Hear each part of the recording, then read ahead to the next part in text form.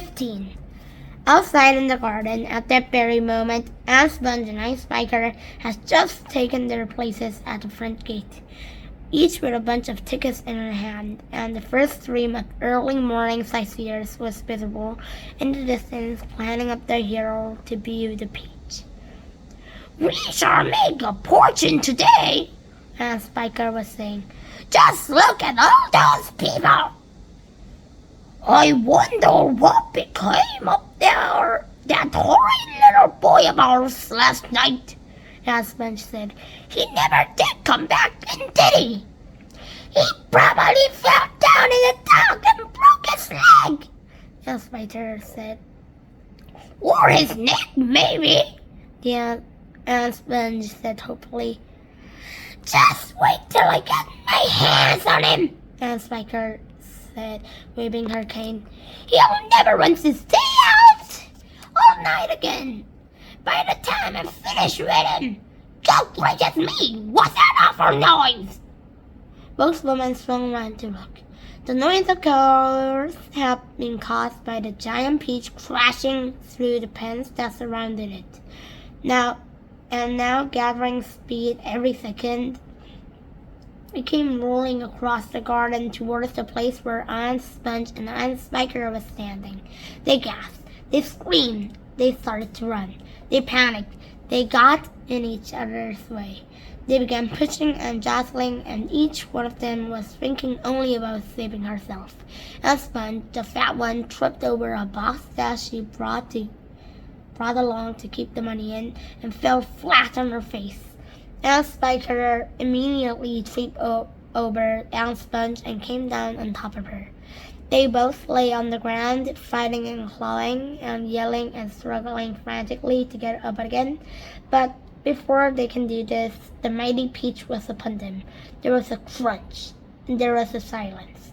The peach rolled on, and behind it, Aunt Sponge and Ice Spiker lay ironed out upon the grass, as flat and thin and lifeless as a cover of paper dolls cut out of a picture book.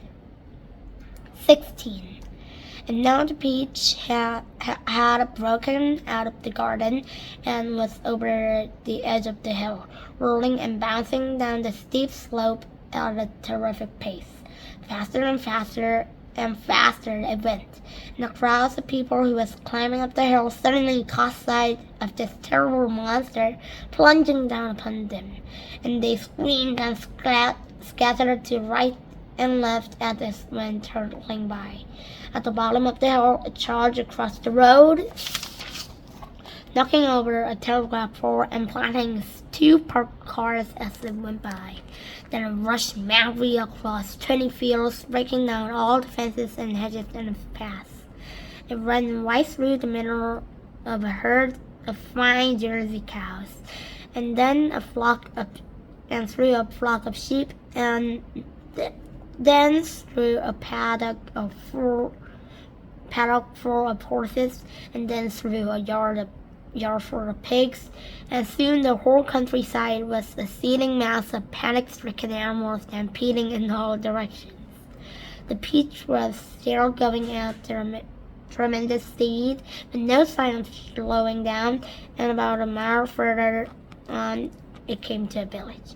Down the main street of the village it rolled, with people leaping frantically out of its path right and left, and at the end of the street it went crashing right through the wall of an enormous building and out the other side, leaving 2 gaping round holes in the brickwork.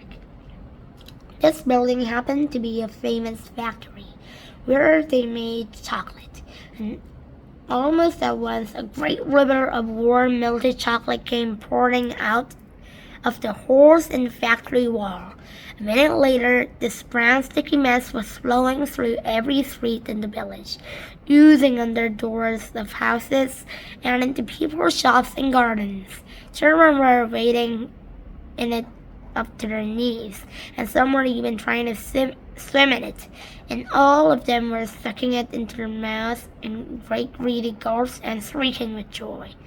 But the peach rushed on across the countryside, on and on and on, leaving a trail of destruction in its wake.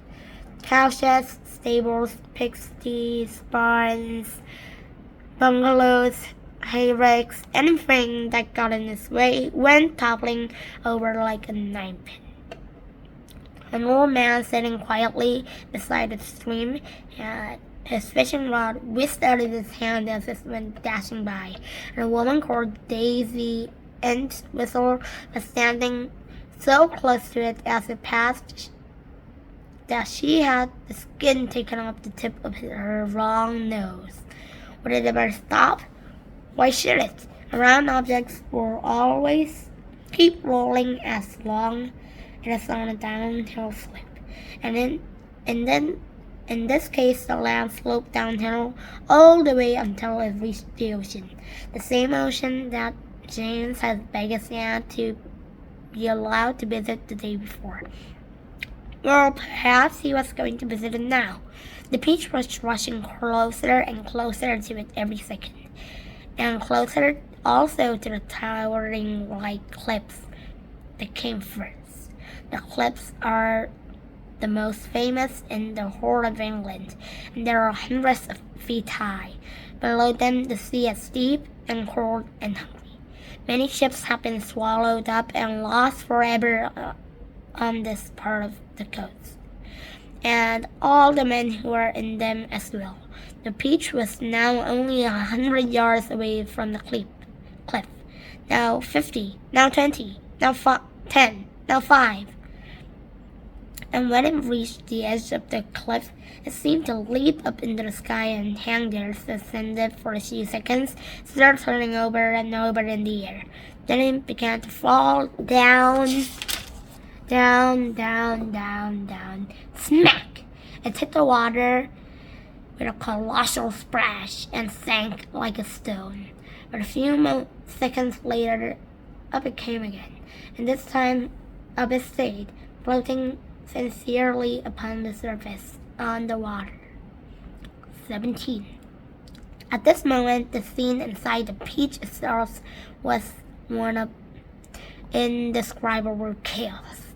James Henry Trotter was lying bruised and battered on the floor of the room among a tangled mass of centipede and earthworm and spider and ladybug and glowworm and orphan grasshopper. In the whole history of the world, no travelers has ever had a more terrible journey than these unfortunate creatures. It had started out well, with much laughing and shouting, and for the first few seconds, the Peach had begun to roll slowly forward.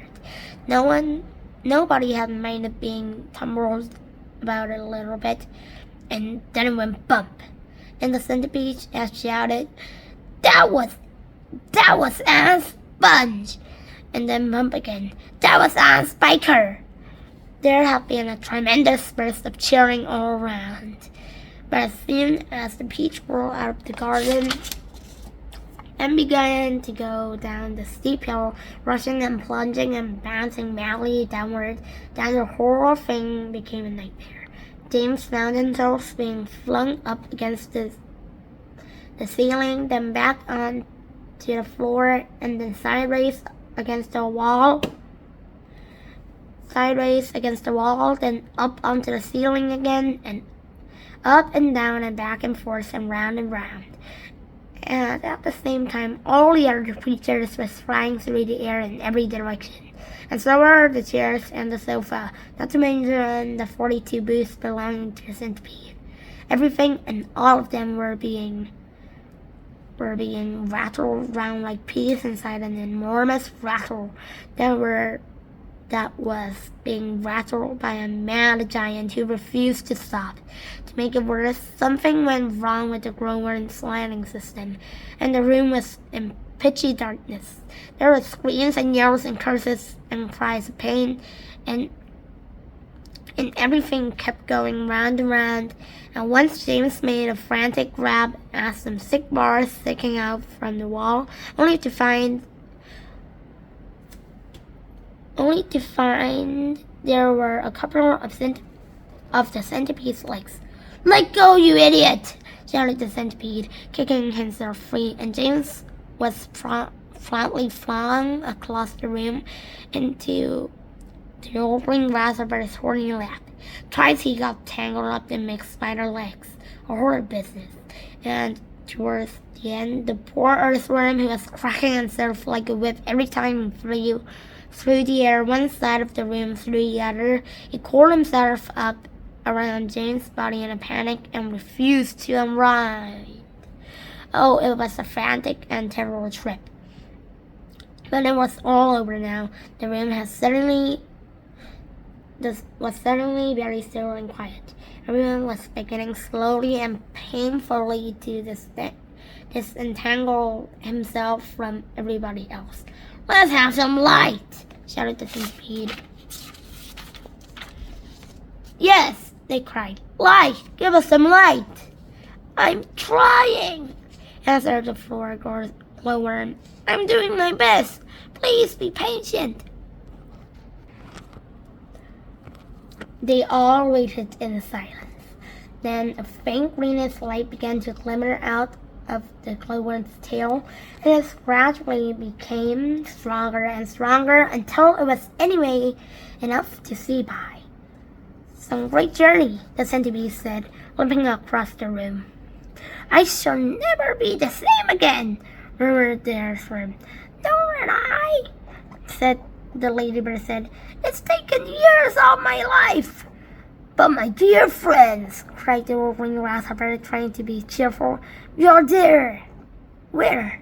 he asked. Where is there?" "I don't know," the old green grasshopper said, "but our bet is somewhere good. We are probably at the bottom of a coal mine," the earthworm said gloomily. "We suddenly went down and down and down, and suddenly at the last moment, I felt it in my stomach. I still feel it." "Perhaps we are in the middle of a beautiful country of songs and music," the old green grasshopper said. "Or near the seashore," said James eagerly. "With lots of other children down there on the sand for me to play with." "Pardon me," murmured the ladybird, turning a trifle pale. "But am I wrong thinking that we seem to be bobbing up and down?" "Bobbing up and down?" they cried. "What on earth do you mean?" "You're still getting from the journey," the green grasshopper told her. "You'll get it over in a minute. Is everyone ready to go upstairs now and take a look round?" Yes, they chorused. "Come on, let's go." "I refuse to show myself out of doors in my bare feet," the centipede said. "I have to get my boots on again first." "For heaven's sake, let's not go through all that nonsense again," the earthworm said. "Let's all lend the ladybird a hand and let the centipede a hand and get it over with," the ladybird said. "Come on." So they did, except Miss Spider, who set about weaving a long rope ladder that would reach from the floor up to a hole in the ceiling. The old green grasshopper wisely said that they must not risk going out the side entrance when they didn't know where they were, but first of all to go up on top of the teach and have a look round. So half an hour later, when the rope ladder had been finished and hung, the 42nd boot had been laced neatly onto the centipede's 42nd foot, they were all ready to go out. Amidst mounting excitement and shouts of here we go, boys, the promised land, I can't wait to see it," the whole company climbed up the ladder one by one and disappeared into a dark, soggy tunnel in the ceiling that went steeply, almost barely upward.